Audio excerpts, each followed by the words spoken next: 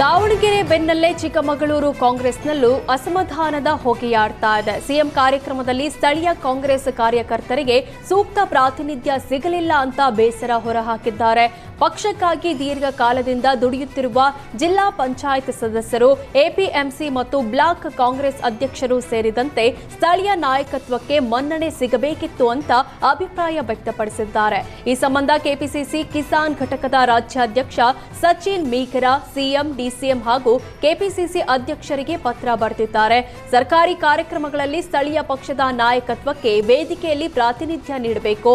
ಇದರಿಂದ ಕಾರ್ಯಕರ್ತರ ಮನೋಬಲ ಹೆಚ್ಚಿಸಿ ಸಂಘಟನೆ ಬಲಗೊಳ್ಳುತ್ತೆ ಅಂತ ತಿಳಿಸಿದ್ದಾರೆ. ಇದೇ ವೇಳೆ ಸೇತುವೆ ಮೇಲಿನ ಸಿಎಂ ಪ್ರತಿಮೆಗೆ ಸೂಕ್ತ ಭದ್ರತೆ ಕಲ್ಪಿಸಬೇಕೆಂಬ ಮನವಿಯನ್ನು ಪತ್ರದಲ್ಲಿ ಉಲ್ಲೇಖಿಸಿದ್ದಾರೆ. ತಾವರೆಕೊಪ್ಪ ಹುಲಿ ಮತ್ತು ಸಿಂಹಧಾಮದಲ್ಲಿ ಹೆಣ್ಣು ನೀರಾನೆ ಹಂಸಿನಿ ಇಂದು ಸಾವನ್ನಪ್ಪಿದೆ. ಹಿಪ್ಪೋ ಗರ್ಭಪಾತ ಹಾಗೂ ತೀವ್ರ ಸೋಂಕಿನಿಂದ ಬಳಲ್ತಾ ಇದ್ದ ಹಂಸಿನಿ ಉಳಿಸಿಕೊಳ್ಳೋದಕ್ಕೆ ವೈದ್ಯರು ನಿರಂತರವಾಗಿ ಕಾರ್ಯನಿರ್ವಹಿಸಿದರು. ಆದರೆ ಚಿಕಿತ್ಸೆ ಫಲಕಾರಿಯಾಗದೆ ಇವತ್ತು ನೀರಾನೆ ಕೊನೆಯುಸಿರೆಳೆದಿದೆ. ಹಂಸಿನಿಯ ಸಾವಿನಿಂದ ಶಿವಮೊಗ್ಗ ಮೃಗಾಲಯ ಮತ್ತು ವನ್ಯಜೀವಿ ಸಂರಕ್ಷಣಾ ವಲಯದಲ್ಲಿ ದುಃಖದ ವಾತಾವರಣ ನಿರ್ಮಾಣವಾಗಿದೆ. ಸುಮಾರು 12 ವರ್ಷದ ಹಂಸಿನಿ 3ನೇ ಬಾರಿಗೆ ಗರ್ಭ ಧರಿಸಿದ್ದಾಗಿ ಗರ್ಭದಲ್ಲಿದ್ದ ಮರಿ ಸಾವನ್ನಪ್ಪಿದ ಕಾರಣ ಗಂಭೀರ ಆರೋಗ್ಯ ಸಮಸ್ಯೆಗಳು ಉಂಟಾಗಿತ್ತು. ಗರ್ಭಾಶಯದ ದ್ರವ ಹಾಗೂ ರಕ್ತದ ಮಾದರಿಗಳನ್ನು ಪರೀಕ್ಷೆಗೆ ಕಳುಹಿಸಲಾಗಿತ್ತು. ನಂತರದ ವರದಿಯಲ್ಲಿ ಗರ್ಭಾಶಯದಲ್ಲಿ ಭ್ರೂಣ ಸಾವನ್ನಪ್ಪಿ ಸೋಂಕು ತಗುಲಿದೆ ಅಂತ ದೃಢಪಟ್ಟಿತ್ತು. ಆದರೆ ತೀವ್ರ ಸೋಂಕು ಹರಡಿದ ಪರಿಣಾಮ ನೀರಾನೆ ಹಂಸಿನಿ ಜೀವ ಕಳೆದುಕೊಂಡಿದೆ. 2028ರ ವಿಧಾನಸಭಾ ಚುನಾವಣೆಯಲ್ಲಿ ಬಿಜೆಪಿ ನೇತೃತ್ವದ ಸರ್ಕಾರ ಅಧಿಕಾರಕ್ಕೆ ಬರುವುದಾಗಿ ಆರ್ ಅಶೋಕ್ ಭವಿಷ್ಯ ನುಡಿದಿದ್ದಾರೆ. ಈ ಕುರಿತು ಮಂಡ್ಯದಲ್ಲಿ ಮಾತನಾಡಿರುವ ಅವರು, ನಮಗೆ ಅಧಿಕಾರಕ್ಕೆ ಬರೋದು ಮುಖ್ಯವೇ ಹೊರತು ಸಿಎಂ ಯಾರಾಗಬೇಕು ಅನ್ನೋದಲ್ಲ. 2028ಕ್ಕೆ ರಾಜ್ಯದಲ್ಲಿ ಜೆಡಿಎಸ್ ಬಿಜೆಪಿ ಮೈತ್ರಿಕೂಟದ ಸರ್ಕಾರ ಅಧಿಕಾರಕ್ಕೆ ಬರುತ್ತೆ. ಇದರಲ್ಲಿ ಯಾವ ಅನುಮಾನವೂ ಇಲ್ಲ. ಸಿಎಂ ಯಾರಾಗಬೇಕು ಅನ್ನೋದನ್ನ ಪ್ರಧಾನಿ ನರೇಂದ್ರ ಮೋದಿ, ಗೃಹ ಸಚಿವ ಅಮಿತ್ ಶಾ, ಪಕ್ಷದ ಅಧ್ಯಕ್ಷ ನಿತಿನ್ ನಬೀನ್ ನಿರ್ಧಾರ ಮಾಡ್ತಾರೆ. ನನ್ನನ್ನು ಸೇರಿದಂತೆ ಈಗಾಗಲೇ 10 ಮಂದಿಯ ಹೆಸರುಗಳು ಕೇಳಿ ಬಂದಿವೆ. ನಮಗೆ ಅಧಿಕಾರಕ್ಕೆ ಬರೋದು ಮುಖ್ಯ, ಜೊತೆಗೆ ಸಿದ್ದರಾಮಯ್ಯ ನೇತೃತ್ವದ ಭ್ರಷ್ಟ ಸರ್ಕಾರ ತೊಲಗೋದು ಮುಖ್ಯ ಅಂತ ಹೇಳಿದರು. ಟೈರ್ ಬ್ಲಾಸ್ಟ್ನಿಂದ ರಸ್ತೆ ಬದಿ ನಿಂತಿದ್ದ ಲಾರಿಗೆ ಕೆಎಸ್ಆರ್ಟಿಸಿ ಬಸ್ ಡಿಕ್ಕಿ ಹೊಡೆದು 35 ಮಂದಿ ಪ್ರಯಾಣಿಕರು ಗಂಭೀರ ಗಾಯಗೊಂಡಿದ್ದಾರೆ. ತುಮಕೂರು ಜಿಲ್ಲೆಯ ಶಿರಾ ತಾಲೂಕಿನ ರಾಷ್ಟ್ರೀಯ ಹೆದ್ದಾರಿ 48ರಲ್ಲಿ ಭೀಕರ ರಸ್ತೆ ಅಪಘಾತ ಸಂಭವಿಸಿದೆ. ಶಿಡ್ಲಘಟ್ಟದಿಂದ ಚಿತ್ರದುರ್ಗದತ್ತ ಸಾಗ್ತಾ ಇದ್ದ ಕೆಎಸ್ಆರ್ಟಿಸಿ ಬಸ್ ಚಾಲಕನ ನಿಯಂತ್ರಣ ತಪ್ಪಿ ಲಾರಿಯ ಹಿಂಭಾಗಕ್ಕೆ ಡಿಕ್ಕಿ ಹೊಡೆದಿದೆ. ಅಪಘಾತದಲ್ಲಿ ಗಾಯಗೊಂಡ ಪ್ರಯಾಣಿಕರನ್ನ ಶಿರಾ ಸರ್ಕಾರಿ ಆಸ್ಪತ್ರೆಗೆ ದಾಖಲಿಸಿ ಚಿಕಿತ್ಸೆ ನೀಡಲಾಗ್ತಾ ಇದೆ. ನಾಳೆ ಪ್ರಧಾನಿ ನರೇಂದ್ರ ಮೋದಿ ಅವರು ಮಂಡ್ಯ ಜಿಲ್ಲೆಯ ಆದಿಚುಂಚನಗಿರಿಗೆ ಭೇಟಿ ನೀಡಲಿದ್ದಾರೆ. ಚುಂಚನಗಿರಿಯಲ್ಲಿ ಬಿಗಿ ಪೊಲೀಸ್ ಬಂದೋಬಸ್ತ್ ನಿಯೋಜನೆ ಮಾಡಲಾಗಿದೆ. ಭದ್ರತೆಗೆ 6 ಜನ SP, 8 ASP, 18 DYSP, 1700 police constable, 8 KSRP, 16 D ತುಕಡಿ ನೇಮಕ ಮಾಡಲಾಗಿದೆ. ಕಾರ್ಯಕ್ರಮಕ್ಕೆ ಸುಮಾರು 1 ಲಕ್ಷ ಜನ ಸೇರುವ ನಿರೀಕ್ಷೆ ಇದ್ದು ಒಟ್ಟು 2,500ಕ್ಕೂ ಹೆಚ್ಚು ಪೊಲೀಸರ ನಿಯೋಜನೆ ಮಾಡಲಾಗಿದೆ. ಪಾರ್ಕಿಂಗ್ ಆಗಿ ಸೂಕ್ತ ವ್ಯವಸ್ಥೆ ಕಲ್ಪಿಸಲಾಗಿದೆ. ನಾಳೆ ಆದಿಚುಂಚನಗಿರಿ ಶ್ರೀ ಮಠಕ್ಕೆ ಭೇಟಿ ನೀಡುವ ಪ್ರಧಾನಿ ನರೇಂದ್ರ ಮೋದಿಗೆ ಪೇಟ ಉಡುಗೊರೆಯಾಗಿ ನೀಡೋದಕ್ಕೆ ಸಿದ್ಧತೆ ನಡೆದಿದೆ. ನಾಲ್ವಡಿ ಕೃಷ್ಣರಾಜ ಒಡೆಯರ್ ಅವರು ಧರಿಸ್ತಾ ಇದ್ದ ಮಾದರಿಯ ಬನಾರಸ್ ಸೀರೆ ಮೋಲ್ಡ್ ಬಳಸಿ ಪೇಟ ತಯಾರಿಸಲಾಗಿದೆ. ಕಲಾವಿದ ನಂದನ್ ಸಿಂಗ್ ಈ ಪೇಟವನ್ನ ಸಿದ್ಧಗೊಳಿಸಿದ್ದಾರೆ. ನಾಲ್ವಡಿ ಕೃಷ್ಣರಾಜ ಒಡೆಯರ್ ಧರಿಸ್ತಾ ಇದ್ದ ಮಾದರಿಯ ಪೇಟ ಇದಾಗಿದ್ದು, ಕೆಂಪು ವರ್ಣದ ಮೈಸೂರು ರೇಷ್ಮೆ ಬನಾರಸ್ ಸಾಫ್ಟ್ ಸಿಲ್ಕ್ ಅನ್ನ ಬಳಸಲಾಗಿದೆ. ಮಧ್ಯದಲ್ಲಿ ಮೈಸೂರಿನ ರಾಜ ಲಾಂಛನ ಗಂಢಬೇರುಂಡ ಸೇರಿಸಲಾಗಿದೆ. ಎರಡೂ ಕಡೆ ಸಣ್ಣ ಸಣ್ಣ ಮುತ್ತುಗಳನ್ನು ಪೋಣಿಸಲಾಗಿದೆ. ಇದಕ್ಕಾಗಿ ಕಲಾವಿದ ನಂದನ್ ಸಿಂಗ್ 5 ದಿನಗಳ ಕಾಲ ಶ್ರಮಿಸಿದ್ದಾರೆ. ನಿರ್ಮಲಾನಂದನಾಥ ಶ್ರೀಗಳ ಅಣತಿಯಂತೆ ಇದನ್ನ ತಯಾರಿಸಲಾಗಿದೆ. ಆದಿಚುಂಚನಗಿರಿ ಧಾರ್ಮಿಕ ಕೇಂದ್ರಕ್ಕೆ ನಾಳೆ ಪ್ರಧಾನಿ ಮೋದಿ ಭೇಟಿ ಹಿನ್ನೆಲೆ ಜಿಲ್ಲಾಡಳಿತ ಸಕಲ ಸಿದ್ಧತೆ ಮಾಡಿದೆ. ಪ್ರಧಾನಿ ಮೋದಿ ಸ್ವಾಗತಕ್ಕೆ ಜೆಡಿಎಸ್, ಬಿಜೆಪಿ ಹಾಗೂ ಒಕ್ಕಲಿಗ ಮುಖಂಡರು ಭರ್ಜರಿ ಫ್ಲೆಕ್ಸ್ ಅಳವಡಿಸಿದ್ದಾರೆ. ಇದರಿಂದ ರಸ್ತೆಗಳು ಸಂಪೂರ್ಣ ಫ್ಲೆಕ್ಸ್ ಮಯವಾಗಿದೆ. ಧಾರ್ಮಿಕ ಕೇಂದ್ರದ ಸುತ್ತಮುತ್ತ ಭಾರಿ ಭದ್ರತೆ ಕೈಗೊಳ್ಳಲಾಗಿದೆ. ಮೋದಿ ಭೇಟಿ ಹಿನ್ನೆಲೆ ಮದ್ಯ ಮಾರಾಟಕ್ಕೆ ನಿರ್ಬಂಧ ವಿಧಿಸಲಾಗಿದೆ. ಮಂಡ್ಯ ಜಿಲ್ಲಾಧಿಕಾರಿ ಡಾಕ್ಟರ್ ಕುಮಾರ್ ಆದೇಶ ಹೊರಡಿಸಿದ್ದು, ನಾಳೆ ಬೆಳಗ್ಗೆ 6 ಗಂಟೆಯಿಂದ ಸಂಜೆ 6ರವರೆಗೆ ಮದ್ಯ ಮಾರಾಟ ಹಾಗೂ ಸಾಗಾಣಿಕೆಗೆ ನಿಷೇಧ ಜಾರಿಯಾಗಿದೆ.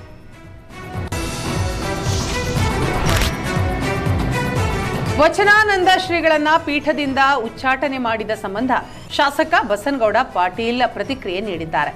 ಪರೋಕ್ಷವಾಗಿ ಟ್ರಸ್ಟ್ ತೆಗೆದುಕೊಂಡ ನಿರ್ಧಾರವನ್ನ ಬಸನಗೌಡ ಪಾಟೀಲ್ ಖಂಡಿಸಿದ್ದಾರೆ. ಪಂಚಮಸಾಲಿ ಸಮಾಜದ ಟ್ರಸ್ಟ್ಗಳ ಕಾರ್ಯವೈಖರಿಯ ಮೇಲೆ ಅಸಮಾಧಾನ ವ್ಯಕ್ತಪಡಿಸಿದ್ದಾರೆ. ಸಮಾಜದ ಆಸ್ತಿಯಾಗಿ ಉಳಿಯಬೇಕಿದ್ದ 2 ಟ್ರಸ್ಟ್ಗಳು ಈಗ ವೈಯಕ್ತಿಕ ಆಸ್ತಿಗಳಾಗಿವೆ. ಇದರಿಂದ ಸಮಾಜ ಜನರ ನಂಬಿಕೆಗೆ ಅನರ್ಹವಾಗಿವೆ ಅಂತ ಕಿಡಿಕಾರಿದ್ದಾರೆ. ಸಚಿವ ಜಮೀರ್ ಅಹಮದ್ ಖಾನ್ ಸಿಎಂ ಸಿದ್ದರಾಮಯ್ಯ ಭೇಟಿ ರಾಜ್ಯ ರಾಜಕಾರಣದಲ್ಲಿ ಭಾರೀ ಸಂಚಲನ ಸೃಷ್ಟಿಸಿದೆ. ದಾವಣಗೆರೆ ದಕ್ಷಿಣ ವಿಧಾನಸಭಾ ಬೈ ಎಲೆಕ್ಷನ್ ಬ್ಯಾಟಲ್ ಗೊಂದಲ ಸಂಬಂಧ ಸಚಿವ ಜಮೀರ್ ಕೊನೆಗೂ ಮೌನ ಮುರಿದಿದ್ದಾರೆ. ಈ ಬಗ್ಗೆ ಮಾತನಾಡಿರುವ ಜಮೀರ್, ಮುಸ್ಲಿಮರಿಗೆ ಅಸಮಾಧಾನ ಇದ್ದಿದ್ದು ನಿಜ. ಟಿಕೆಟ್ಗಾಗಿ 7 ಮುಸ್ಲಿಂ ನಾಯಕರ ಹೆಸರು ಕೊಟ್ಟಿದ್ದೆ. ಗೆಲ್ಲಿಸಿಕೊಂಡು ಬರದಿದ್ರೆ ಸಚಿವ ಸ್ಥಾನಕ್ಕೆ ರಾಜೀನಾಮೆ ಕೊಡ್ತೀನಿ ಅಂತ ಕೆಪಿಸಿಸಿ ಸಭೆಯಲ್ಲಿ ಡಿಕೆ ಶಿವಕುಮಾರ್ ಸುರ್ಜೇವಾಲಾ ಎದುರಲ್ಲೇ ಓಪನ್ ಆಗಿ ಹೇಳಿದ್ದೆ ಎಂದು ಸಚಿವ ಜಮೀರ್ ಅಹಮದ್ ತಿಳಿಸಿದ್ದಾರೆ. ಇದೇ ವೇಳೆ, ನಾನೊಬ್ಬ ಸಾಮಾನ್ಯ ಕಾರ್ಯಕರ್ತ, ನಾನು ಯಾವತ್ತೂ ಲೀಡರ್ ಆಗೋದಕ್ಕೆ ಹೊರಟಿಲ್ಲ, ನಾನೇ ಲೀಡರ್ ಅಂತ ಹೇಳಿಕೊಂಡಿಲ್ಲ ಎಂದಿರುವ ಜಮೀರ್ ರಿಜ್ವಾನ್ ಅರ್ಷದ್ಗೆ ಟಾಂಗ್ ಕೊಟ್ಟಿದ್ದಾರೆ.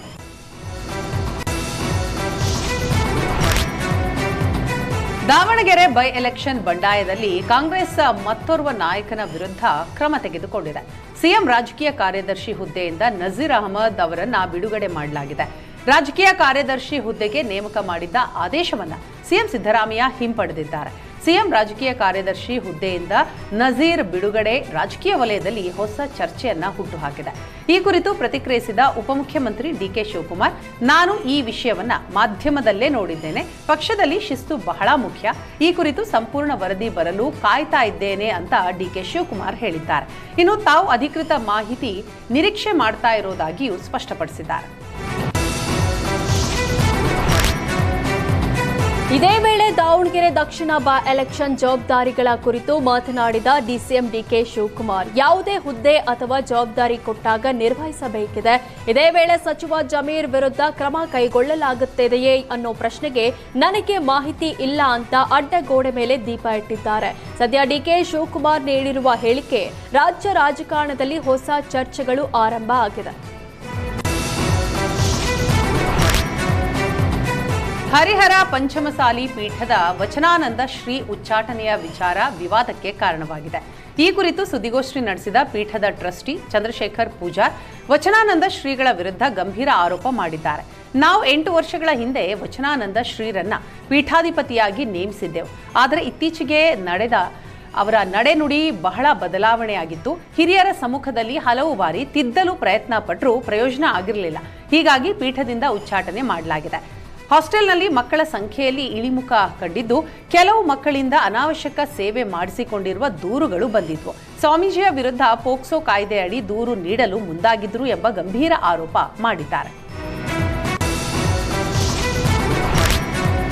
ಹರಿಹರ ಪಂಚಮಸಾಲಿ ಪೀಠದ ವಚನಾನಂದ ಶ್ರೀಗಳ ವಿರುದ್ಧ ಪೀಠದ trustee Chandrashekhar audio video release ಮಾಡಿದ್ದಾರೆ. ಚಂದ್ರಶೇಖರ್ ಪೂಜಾರ್ ಬಿಡುಗಡೆ ಮಾಡಿರುವ ಆಡಿಯೋ ಹೊಸ ವಿವಾದ ಹುಟ್ಟುಹಾಕಿದೆ.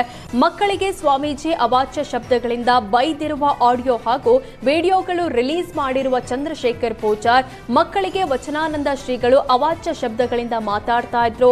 4 ಮಕ್ಕಳ ಪೋಷಕರು ಸ್ವಾಮೀಜಿ ವಿರುದ್ಧ ದೂರು ಕೊಡಲು ಮುಂದಾಗಿದ್ರು. ಈ ವೇಳೆ ಪೋಷಕರಿಗೆ ದೂರು ನೀಡದಂತೆ ಮನ ಒಲಿಸಿದ್ವಿ ಅಂತ ತಿಳಿಸಿದ್ದಾರೆ. ವಚನಾನಂದ ಶ್ರೀಗಳ ವಿರುದ್ಧ ಅವಾಚ್ಯವಾಗಿ ನಿಂದಿಸ್ತಿರೋ ಆಡಿಯೋ ರಿಲೀಸ್ ಮಾಡಿದ್ದ ಪೀಠದ ಟ್ರಸ್ಟಿ ಚಂದ್ರಶೇಖರ್ ಪೂಜಾರ್ ಮತ್ತೊಂದು ಸ್ಫೋಟಕ ವಿಡಿಯೋ ರಿಲೀಸ್ ಮಾಡಿದ್ದಾರೆ. ಲೆಕ್ಕ ಕೊಡಿ ಚಳವಳಿಗೆ ಹಣ ನೀಡಿ ಜನರನ್ನ ಕರೆತರಲಾಗಿದೆ ಎಂಬ ಗಂಭೀರ ಆರೋಪ ಮಾಡಿದ್ದಾರೆ.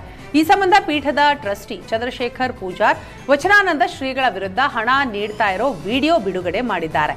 ಚಂದ್ರಶೇಖರ್ ಬಿಡುಗಡೆ ಮಾಡಿದ ವಿಡಿಯೋದಲ್ಲಿ ಆಡಳಿತಾಧಿಕಾರಿ ಡಾಕ್ಟರ್ ರಾಜ್ಕುಮಾರ್ ಆಪ್ತ ಅಶೋಕ್ಗೆ ಹಣ ನೀಡ್ತಾ ಇರೋದು ಸೆರೆಯಾಗಿದೆ. ಈ ಹಣ ಬಳಸಿಕೊಂಡು ಲೆಕ್ಕ ಕೊಡಿ ಚಳವಳಿ ನಡೆಸಲಾಗಿದೆ ಎಂಬ ಆರೋಪ ಮಾಡಿದ್ದಾರೆ. ವಿಧಾನಸಭೆ ಚುನಾವಣೆಗೆ 2 ವರ್ಷ ಬಾಕಿ ಇರುವಂತೆಯೇ ಅಥಣಿ ಕ್ಷೇತ್ರದಲ್ಲಿ ರಾಜಕೀಯ ಚಟುವಟಿಕೆಗಳು ಜೋರಾಗಿವೆ. ಮಾಜಿ ಡಿಸಿಎಂ ಲಕ್ಷ್ಮಣ ಸವದಿ ಹಾಗೂ ಶಾಸಕ ರಮೇಶ್ ಜಾರಕಿಹೊಳಿ ನಡುವಿನ ವಾಕ್ಸಮರ ತೀವ್ರಗೊಂಡಿದೆ. ಸವದಿ ಬಿಜೆಪಿ ಸೇರ್ಪಡೆ ಚರ್ಚೆಗಳ ಬಗ್ಗೆ ರಮೇಶ್ ಜಾರಕಿಹೊಳಿ ಕಿಡಿಕಾರಿದ್ದಾರೆ. ಸವದಿ ಬಿಜೆಪಿಗೆ ಮರಳಿ ಬಂದರೆ ನಾವು ಕರೆದುಕೊಳ್ಳಲ್ಲ, ಬಿಜೆಪಿ ತೊರೆಯುವಾಗ ನಮ್ಮ ನಾಯಕರ ಬಗ್ಗೆ ಏನು ಮಾತಾಡಿದ್ದಾರೆ ಅನ್ನೋದನ್ನ LED ಸ್ಕ್ರೀನ್ ಮೂಲಕ ಅಥಣಿ ಜನರಿಗೆ ತೋರಿಸ್ತೇವೆ ಅಂತ ಎಚ್ಚರಿಕೆ ನೀಡಿದ್ದಾರೆ. ಸವದಿ ಮರಳುವ ಪರಿಸ್ಥಿತಿ ಬಂದ್ರೆ ನಮ್ಮ ಅಂತಿಮ ನಿರ್ಧಾರ ಪ್ರಕಟ ಮಾಡ್ತೇವೆ ಅಂತ ಗುಡುಗಿದ್ದಾರೆ. ಇದಕ್ಕೆ ಪ್ರತಿಕ್ರಿಯಿಸಿದ ಲಕ್ಷ್ಮಣ ಸವದಿ ನಯವಾಗಿಯೇ ತಿರುಗೇಟು ನೀಡಿದ್ದು, ನನ್ನನ್ನ ಬಿಜೆಪಿಗೆ ಕರೆದುಕೊಳ್ಳಲ್ಲ ಅಂತ ಹೇಳುವ ರಮೇಶ್ ಜಾರಕಿಹೊಳಿ ಅವರೇ ಮುಂದೆ ಬಿಜೆಪಿಯಲ್ಲಿ ಇರಲ್ಲ ಅಂತ ಹೇಳಿದ್ರು. ಇನ್ನು ಮುಂದೆ ಹೋಗಿ ಮುಂದಿನ ಚುನಾವಣೆಯಲ್ಲಿ ರಮೇಶ್ ಜಾರಕಿಹೊಳಿ JDS ಸೇರ್ತಾರೆ ಅಂತ ಸ್ಫೋಟಕ ಹೇಳಿಕೆ ನೀಡಿದ್ದಾರೆ. ಕೊಪ್ಪಳದ ಲವ್ ಜಿಹಾದ್ ಪ್ರಕರಣಕ್ಕೀಗ ಹೊಸ ಟ್ವಿಸ್ಟ್ ಸಿಕ್ಕಿದೆ. ಮುಸ್ಲಿಂ ಯುವಕನೊಬ್ಬ 16ಕ್ಕೂ ಹೆಚ್ಚು ಹಿಂದೂ ಯುವತಿಯರ ಅಶ್ಲೀಲ ಫೋಟೋಗಳು ಫೋನ್ನಲ್ಲಿ ಇಟ್ಕೊಂಡು ಹಿಂದೂ ಸಂಘಟನೆಗಳ ಕೈಗೆ ತಗಲಾಕೊಂಡಿದ್ದಾನೆ. ಸದ್ಯ ಹಿಂದೂ ಸಂಘಟನೆಗಳು ಪೊಲೀಸ್ ಠಾಣೆಯಲ್ಲಿ ದೂರು ದಾಖಲಿಸಿದೆ. ಈತ ಹಿಂದೂ ಯುವತಿಯರನ್ನೇ ಟಾರ್ಗೆಟ್ ಮಾಡಿ ಲವ್ ಜಿಹಾದ್ ಮಾಡ್ತಾ ಇದ್ದ ಅಂತ ಹಿಂದೂ ಸಂಘಟನೆಗಳು ಆರೋಪಿಸಿ ಕೊಪ್ಪಳ ನಗರ ಠಾಣೆಯಲ್ಲಿ ಮುಸ್ತಫಾ ವಿರುದ್ಧ ದೂರು ದಾಖಲಿಸಿದ್ದಾರೆ. ಇದು ಅಲ್ಲದೆ ಮಾದಕ ವಸ್ತುಗಳ ಸೇವನೆ, ಮಾರಾಟ, ಮಟ್ಕಾ ಬುಕ್ಕಿಂಗ್ ಸೇರಿ ಹಲವು ಅನೈತಿಕ ಚಟುವಟಿಕೆ ನಡೆಸುತ್ತಿದ್ದ ಎನ್ನಲಾಗಿದೆ. ಈ ನಡುವೆ ಮುಸ್ತಫಾ ಪ್ರೀತಿಸ್ತಾ ಇದ್ದ ಯುವತಿ ಮೊಬೈಲ್ ಕಸಿದುಕೊಂಡ ಯುವಕರ ವಿರುದ್ಧ ದೂರು ದಾಖಲಿಸಿದ್ದಾರೆ.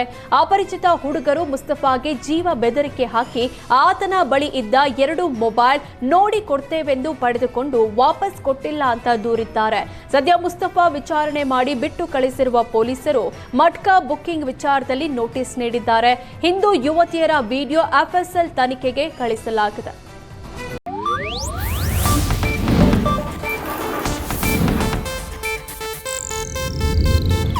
ಇದು ಏಷ್ಯಾನೆಟ್ ನ್ಯೂಸ್ ನೆಟ್ವರ್ಕ್ ಪ್ರಸ್ತುತಿ.